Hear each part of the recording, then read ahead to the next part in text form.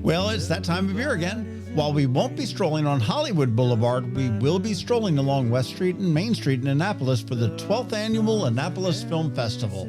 From April 4th through the 7th, you can enjoy more than 70 films, Q&A sessions with filmmakers, panels, coffee chats, and yes, plenty of parties as well. Tickets and passes are on sale right now at AnnapolisFilmFestival.org. But right now, we're going to give you a taste of things to come as we chat with the movers, the shakers, directors, and producers for the 12th Annual Annapolis Film Festival. That's why she tried to be so hard. Hey, well, we all know that the Annapolis Film Festival is set to roll into Annapolis in a couple days here. It's going to open up on Thursday, April 4th and run through April 7th. And as we do every year, we get on the phone with some of the movers and shakers. And this year, we've got a repeat guest, which I'm pretty kind of excited about. But on the phone with us tonight is Josh Greene, and joining him is Luke Harris, who are the directors for a film that will be, I don't know whether you're going to be debuting, but it will be presented at the Annapolis Film Festival called You Will Not Replace Us. How are you guys doing? We're doing great. How are you? Yeah, doing really good.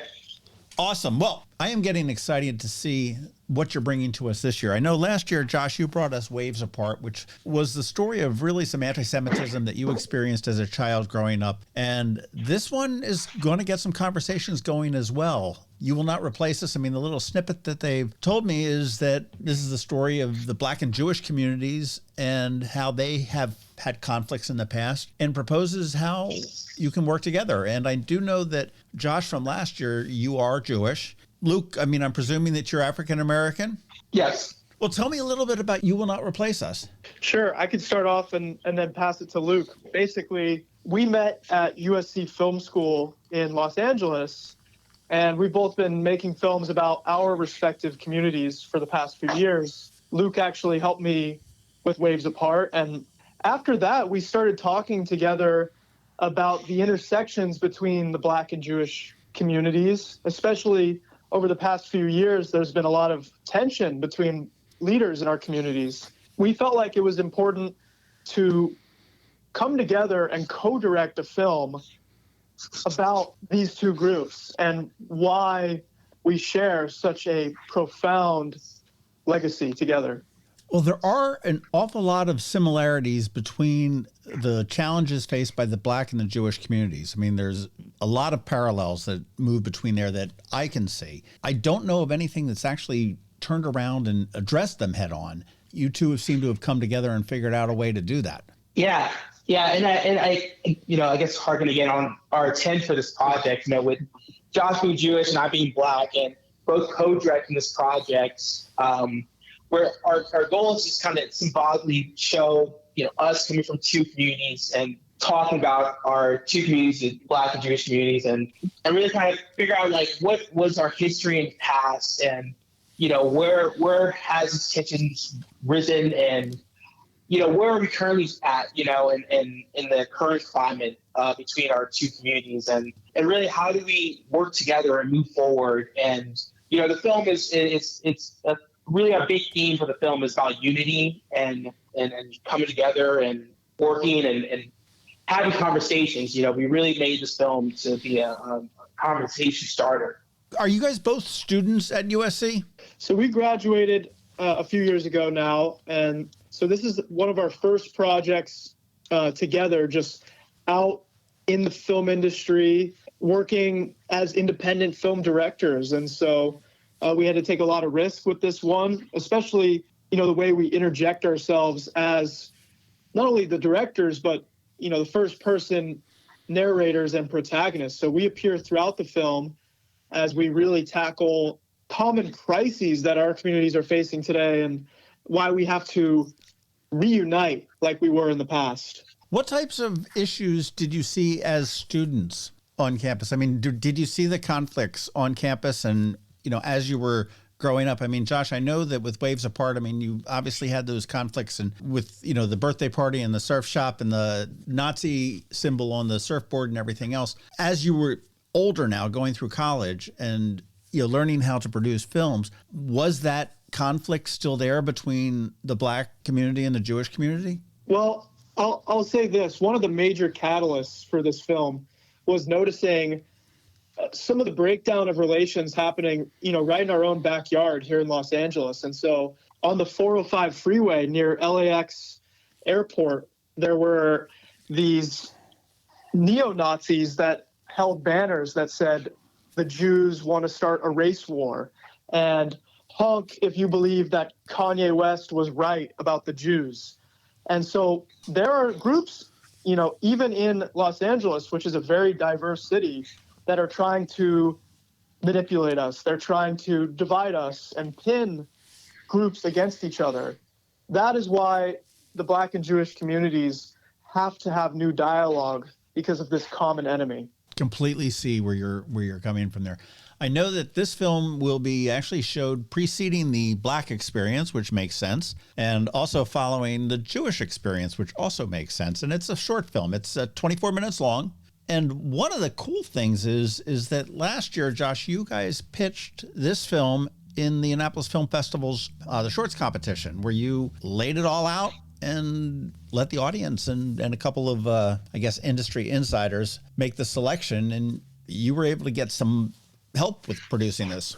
Exactly. It's been an enormously supportive grant, especially in the post-production. With documentary, so much of the writing and storytelling happens in the edits, because you record all these interviews and then it's a matter of, how in a matter of 20 minutes can I portray an essence of truth and revelation.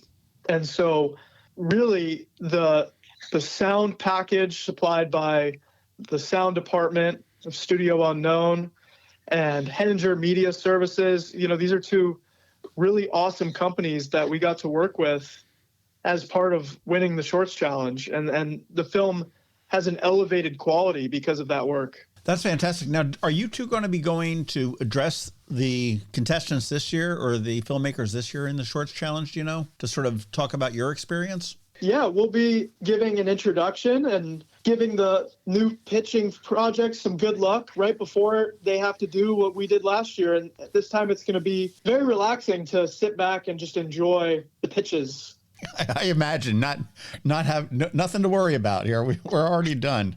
The conflict, again, between the Blacks and the Jewish communities, you've got 24 minutes, but boy, I'll tell you, this could, it's got to be just skimming the surface, because this is a much deeper conversation.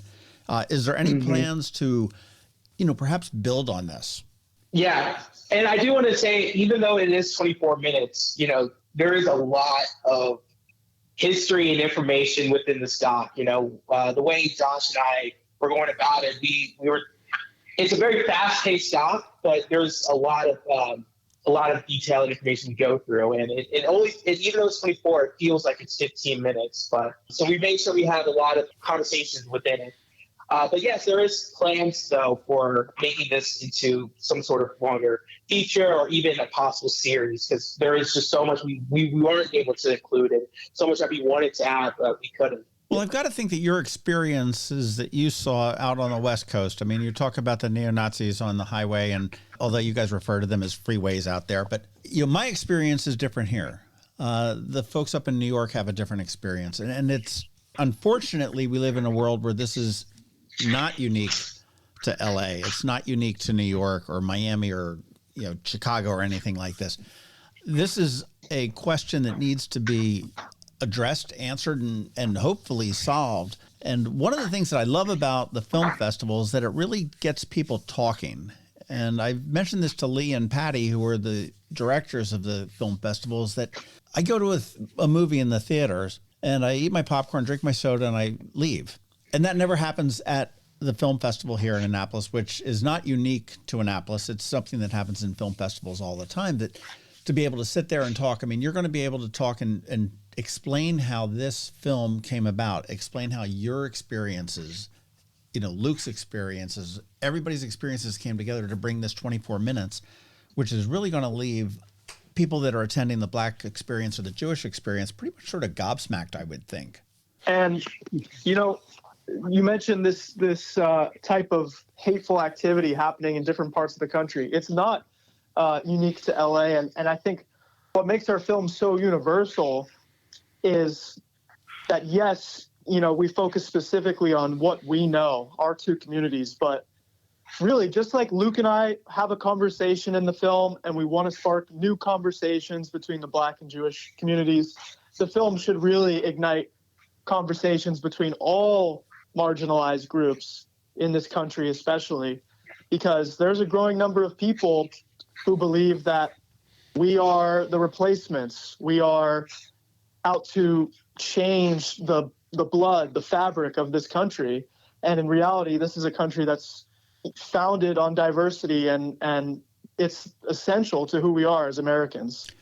It truly is. And I mean, we're getting a little bit off topic. I mean, we're living in a weird time and place where friends that I knew to be very reasonable, that we could turn around and argue and disagree and everything else, have become unreasonable. Whatever is driving that is damaging to the country. It's damaging to the Black community. It's damaging to the Jewish community. It's damaging to, whether you talk right or left or, woke or not woke or whatever the heck you want to call it. It's dividing the country. And we're just in a really weird, dangerous, in my opinion, spot. Exactly. So for us to make this movie, we are making a statement that we aren't going to be intimidated or afraid of this loud minority of people who want to silence voices like Luke and I.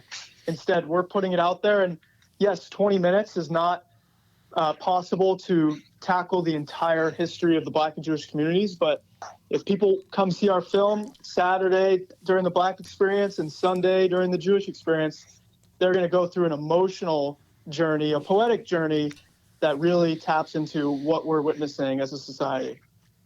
Well, I do encourage everybody to check that out. You've got at least two opportunities anyhow, during the Black experience on Saturday and the Jewish experience on Sunday. Are you two planning on working? I know that you talked that you might make this into a series or something longer. Are you planning any other projects to work together? Luke, you want to take this one? Yeah. I imagine we'll be working together and have some other projects in the pipeline. Yes. And you guys got along working together, right? There was none of that drama going on, huh? No, working with Luke has been a privilege. And honestly, we work together really well. And I feel like, if anything, this could be a potential partnership for the future. Definitely. Fantastic. Well, there is a partnership coming here to Annapolis. You'll be able to see them at the Black experience on Saturday, as well as the Jewish experience on Sunday. Again, the Annapolis Film Festival is rolling into town. The opening night is Thursday, the 4th of April, and the Best of the Fest and the closing is Sunday, the 7th.